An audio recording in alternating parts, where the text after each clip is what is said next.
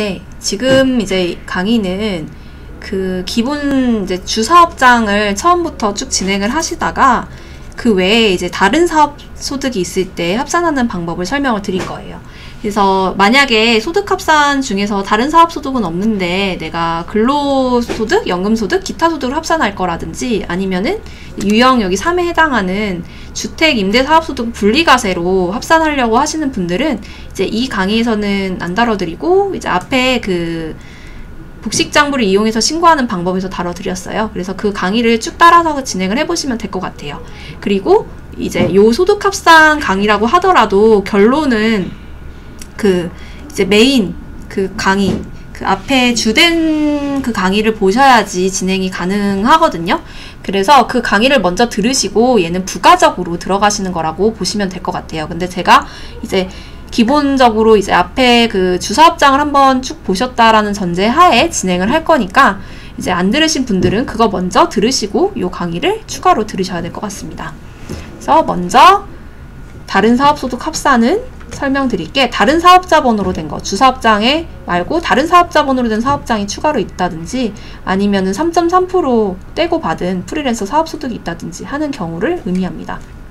그래서 그런 경우는 이제 합산을 하셔야 되는데 먼저 나는 그냥 모든 그런 사업소득을 장부를 써서 합산할 거야. 여기에서는 주택 임대 사업을 종합과세로 합산하는 걸 포함합니다. 그래서 종합과세로 합산할 때도 장부를 면세사업자로 해서 쓰셔야겠죠. 그래서 그런 경우를 포함해서 합산하는 거를 말씀을 드릴 거고, 이제 요거는 사실 별로 어렵진 않아요. 왜냐면은 장부만 다 작성되어 있으면은 그냥 메인 아이디랑 똑같거든요. 하는 게 어떻게 하면 되냐면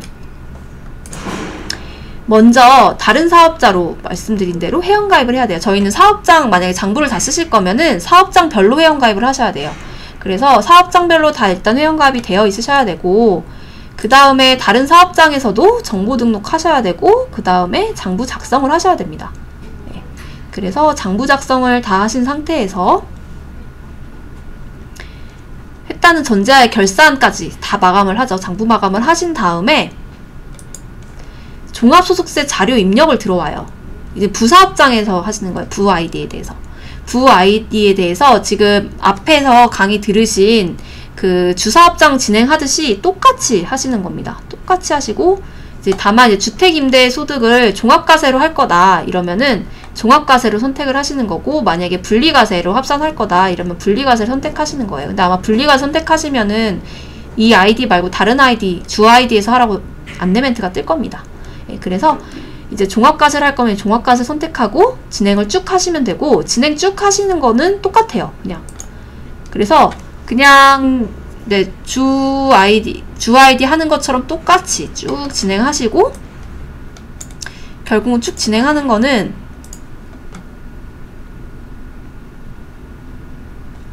여기 소득합산 전 단계까지만 하시는 거예요. 여기 넘어가시면 안 되고 이 세무조정 끝까지만 하시는 겁니다. 그래서 이 끝까지 진행하는 방법은 안 들으셨다면은 그 주 아이디 하는 방법 보시고 세무조정 똑같이 하세요. 그래서 제가 장부를 여러 개 썼을 때 추천드리는 방법은 뭐냐면은 먼저 그 부사업장 아이디 먼저 세무조정 전 단계까지 쭉 진행을 하는 걸 추천을 드려요. 그래서 주사업장 아이디를 쭉 세무조정까지 다 부사업장을 다 해주시고, 주사업장 들어오셔가지고 쭉 진행을 하시다가 여기 세무소득합산 단계가 있습니다. 여기 보시면은 이렇게 그 입력을 했으면 다 뜨거든요. 세무조정까지 완료하고 로그아웃, 다시 뭐 부사업장 또 세무조정 완료하고 로그아웃. 그래서 부사업장이 뭐 여러 개시면은 부사업장 여러 개 다 세무조정까지 완료를 하셔서 결국은 궁극적으로 주사업장에 들어오시는 거예요. 그래서 주사업장 들어오셔서 이 소득합산 단계에서 그냥 이렇게 불러오기만 하시면 돼요. 이렇게 불러오기 하시면은 이렇게 다 뜨거든요. 저는 이제 추계로 합산해놨는데, 그래서 여기서 할 게 없어요. 그냥 여기서 저장만 해주시고, 이제 뭐 분리과세 주택 합산할 게 있으면 예라고 하시고 아니시면 아니오라고 하셔가지고 쭉 그냥 주사업장 그 강의 보시면은 결과 보기까지 진행하는 게 나와요. 그냥 쭉 해서 홈택스로 신고까지만 하시면 됩니다. 그래서 사실 장부 작성해서 신고하는 거는 그렇게 어렵진 않습니다. 네. 그래서 장부 작성해서 하는 거는 장부만 작성해 주시면은 종합소득세 결산 완료하고 종합소득 자료 입력 세무조정까지 부사업장에서 완료한 다음에 주사업장 똑같이 진행해 주시면 된다. 이게 결론입니다. 결국은. 그래서 어렵진 않고요. 다만 이제 여기에 부동산 임대가 있으시다 이러면은 이때 소득합산 하면은 하단에 요거 하나 뜰 거예요. 그래서 이 소득합산 단계에 사업소득 명세서 바로가기 있는데 이거는 이제 주택수만 직접 기입하시면 되고 한 가지 뭐 수정해야 되는 케이스가 딱 한 가지가 있어요. 근데 그게 뭐냐면은 이게 상가주택에 해당이 돼서 그래서 만약에 주택임대랑 주택 외 임대, 상가 임대가 분리가 되어 있다 이러시면은 수익 금액을 조금 나누어서 기재를 해주셔야 됩니다. 네, 그래서 이 나누어서 기재해 주시는 것만 조금 주의해 주시면 되고 이거 만약에 상가주택 아니다 이러면 아마 한 번에 쭉 뜰 거예요 자동으로. 자동적으로 저장만 해주시면 되고 주택수만 신경 써주시면 되고. 근데 상가주택이시면은 이 부분만 조금 주의를 해주셔야 됩니다. 그래서 이제 장부에 의한 신고는 이렇게 별로 어렵지 않게 할 수 있습니다. 네. 근데 이제 여기 기준경비율 합산 이 부분을 조금 많이 어려워하세요. 이게 왜 어렵게 됐냐면은 아이디를 이제 추가로 만들어야 돼서 조금 어려워요. 그러니까 보통 사업장이 여러 개시면은 장부를 웬만하면 다 쓰시더라고요. 그래서 결국은 장부에 의한 신고랑 상관이 없는데 3.3% 프리랜서 소득 있으신 분들이 조금 힘들어하세요. 이런 경우를. 네, 그래서 3.3% 프리랜서 있으신 분들은 이제 이전 그 아이디를 따로 만드시는 경우가 잘 없거든요. 그래서 기준경비를 합산으로 하라고 말씀을 드리는데 이제 이 경우는 이제 나중에 가산세 명세서에서 추계소득에 대한 가산세를 또 입력을 하셔야 되긴 합니다. 그래서 그 부분은 제가 메인 아이디도 살짝 언급은 드렸는데 이 기준경비율 합산 같은 경우는 좀 어려운 이유가 회원가입을 한 번 더 해야 돼요. 그러니까 내가 결국 사업장이 여러 개가 아니더라도 사업장이 한 개인데 프리랜서가 여러 개가 있다. 그리고 업종 코드가 뭔가 프리랜서 소득이 여러 개가 있다 이러면은 그 업종 코드별로 회원가입을 해주셔야 됩니다. 회원가입은 주사업장에 여기 보시면은 소득합산에 간편회원가입이라고 있어요. 네, 그래서 간편회원가입을 누르셔가지고 회원가입을 하나 바로 합니다. 프리랜서 소득 있으시면은 회원가입 해주시고 대신 주의를 하셔야 되는 게 요게 업종 코드가 무조건 940909로 회원가입이 됩니다. 네. 그래가지고 만약에 내가 프리랜서 소득이나 아니면 다른 소득을 기준경비를 합산하려고 하는데 이게 업종 코드가 다르다 이러시면은 주사업장을 로그아웃 하셔가지고 이게 뭐 부사업장으로 다시 로그인을 해요. 요거 만든 아이디 간편회원가입으로 만든 아이디 로그인 하셔가지고 정보 등록 들어오셔서 사업장 정보를 한번 입력을 해주셔야 됩니다. 그래서 업종 코드를 수정을 좀 해주셔야 되는 작업이 있습니다. 네, 그래서 올바른 업종 코드로 수정을 좀 해주셔야 되고요. 이렇게 하고 난 다음에는 제가 부아이디를 조금 진행을 할게요. 부아이디는 어떻게 가냐면 만드신 다음에 다시 로그아웃을 하셔야 돼요. 조금 어렵죠? 그래서 네, 제가 뭐 만든 아이디가 요거 429번이다 이러면은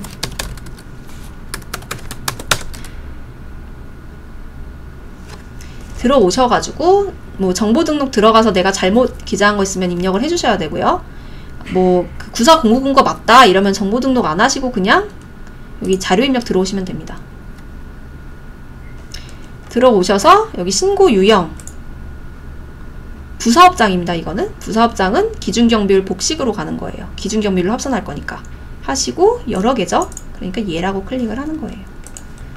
이렇게 해주시고 다음 해서 이 똑같이 그 주사업장에서 했던 거랑 똑같이 기재를 하시되 여기만 기준경비율이겠죠. 기준경비율 해주시고 간편장부 대상자면 간편장부 대상 체크하시고 혹시나 이 업종 코드가 다업종이시면 얘라고 선택을 하시는 건데 기준경비율로 합산하실 때는 업종 코드가 다르시면 업종 코드별로 회원가입 하셔야 돼요. 네, 그게 조금 차이가 있어서 네, 그 부분을 조금 주의해 주셔야 되고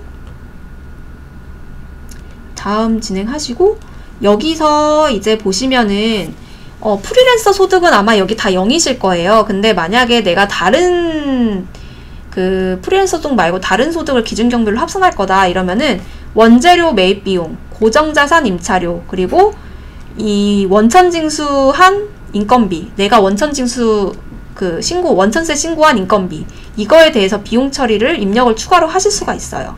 그러니까 모든 사업장의 비용을 입력을 하실 수 있는 게 아니고요. 일정, 특정한 기준경비율로 신고할 수 있는 비용이 있기 때문에 그거에 국한해서만 기재를 해주시고요.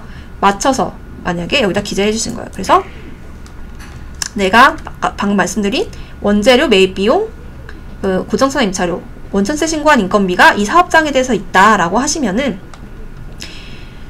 세금 계산서나 계산서, 현금 영수증, 카드 영수증 받으신 건 첫 번째 줄에 기재하시는 거예요. 그래서 원천세 신고했으니까 이것도 첫 번째 줄에 기재해 주시는 거고, 주요경비 지출면허 작성 금액은 건당 3만원을 초과하는 거래 중에 정규 증빙이 아닌 증빙을 받고 거래한 경우에 해당 금액을 입력하시는 거고, 그리고 얘는 정규 증빙을 받지 않았는데 건당 3만원 이하면은 여기 아래다 기재하시는 겁니다.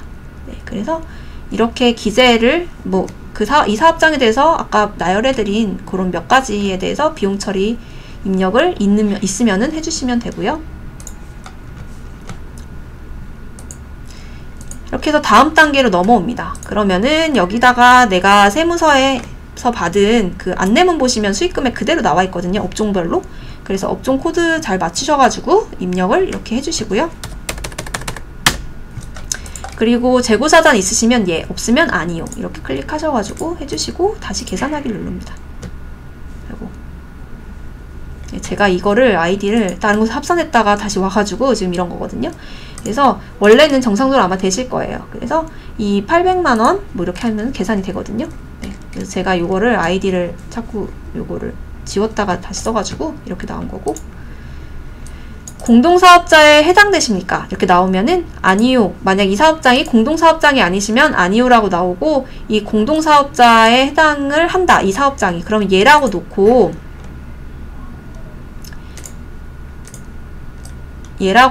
여기에 분배 비율을 이렇게 나누시는 거예요. 그래서 100%를 만드시는 겁니다. 그래서 이 사업장에 대해서 공동사업장이다 이러시면은 요거를 한번 작성을 해주셔야 됩니다. 그래서 다시 불러오기 누르신 다음에 한번 아래 분배 비율에 맞춰서 작성을 해주세요. 그래서 해당되시면 얘라고 놓고 작성하시고, 아니시면 아니요. 그리고 사업소득 명세서 바로 가기 해서 확인. 그래서 저장을 누르면 완료가 됩니다. 그래서 여기까지 완료를 하시고 로그아웃을 하시는 거예요. 그래서 이 기준경비율을 합산하시려면은 이제 요렇게 부사업장 아이디를 한번 진행을 하셔야 돼서 로그인하고 로그아웃을 한번 하셔야 돼서 꽤 조금 어렵게 느껴지시는 것 같더라고요. 그래서 그렇게 해주시고, 제가 여기다가 합산을 지금 저장을 끝까지 해놓은 상태에서 아까 전에 거기서 수정을 하면 안 되는 거예요. 그래서 만약에 이렇게 수정을 하실 게 있으시면 초기화를 하시고 하셔야 됩니다. 네. 그래서 이렇게 보시면 두 개가 이렇게 떠 있고, 이 상태에서 소득 합산으로 오는 거예요. 와가지고 내가 합산할 아이디 이렇게 선택하시면은 저장하시고 진행하실 수 있습니다. 끝까지 그냥. 그래서 합산을 하셨으면은 여기서 합산 저장하시고 그냥 건너뛰시면 안 되고요. 반드시 다음 단계 다 충실하게 다시 불러오기 저장하게 하시면서 하셔야지, 안 그러시면 아까 제가 보여드린 그 페이지처럼 오류 메시지 뜰 수 있습니다. 네. 그래서 이렇게 되지 않도록 이렇게 저장을 꼭 해주시고요. 다만 이제 아까 전에 장부 것도 마찬가지인데, 여기 합산 대상 중에서 부동산 임대가 있으시면은 요거 한번 작성을 또 하셔야 돼요. 소득 합산에서. 그래서 이제 주택수가 이제 직접 기입하셔야 되는 부분이 하나가 있고, 이제 상가주택이 아니시고 그러시면은 그냥 자동으로 뜨는 거 저장만 하시면 되는데, 만약에 상가주택에 해당되셔가지고 얘를 업종 코드가 비거주용 부동산 임대업 코드면은 여기에 대해서 주택 임대소득이랑 주택 외를 구분해서 한번 적어주셔야 돼요. 그래서 그 작업만 한번 해주셔야 됩니다. 그 작업까지 완료하시고, 그 다음에 좀 뭔가 맞죠? 쭉 제가 다음으로 진행을 하라고 말씀을 드렸는데, 그때 잠깐 주의하셔야 될 게 요 가산세 단계예요. 그래서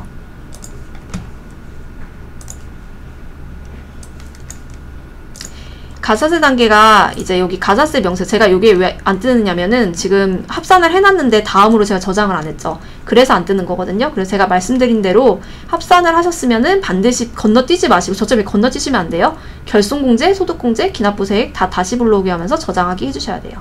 그래서 해주시고, 저는 보여드리려고 띄우는 건데, 여기 가산세 명세서 바로가기가 이렇게 떠요. 그러면 아까 800만 원에 대해서 추계소득 가산세 계산하기 하면은 정기신고에 기준한 그 가산세가 자동으로 계산이 됩니다. 그래서 그 프리랜서 소득이신데 기준경비로 합산하시고자 한다 이러시면은 추계소득 가산세 계산하기 하셔가지고 가산세 명세서도 작성을 하시고 신고를 하셔야 됩니다. 네. 그리고 제가 혹시나 몰라서 가산세 계산하는 법도 교환에다가 실어놨으니까 올바르게 한번 계산하셔가지고 해주시고요. 만약에 사업장이 여러 계시면은 다른 사업장에서 추계소 신고하시는 건 조금 권장은 안 드리고 있어요. 네, 그래서 추계 신고 시에 불이익이 좀 있기 때문에 네, 그런 부분을 조금 참고하셔가지고 진행을 해주시고요. 소득합산까지 하셨으면 결과보기까지 쭉 진행하셔가지고 홈택스로 신고까지 완료를 꼭 해주시길 바랍니다. 그리고 지방소득세도 있기 때문에 지방소득세도 이제 꼭 잊지 말고 신고를 해주세요. 네, 그래서 이상으로 이제 오늘 교육은 마치도록 하겠습니다. 네, 시청해주셔서 감사합니다.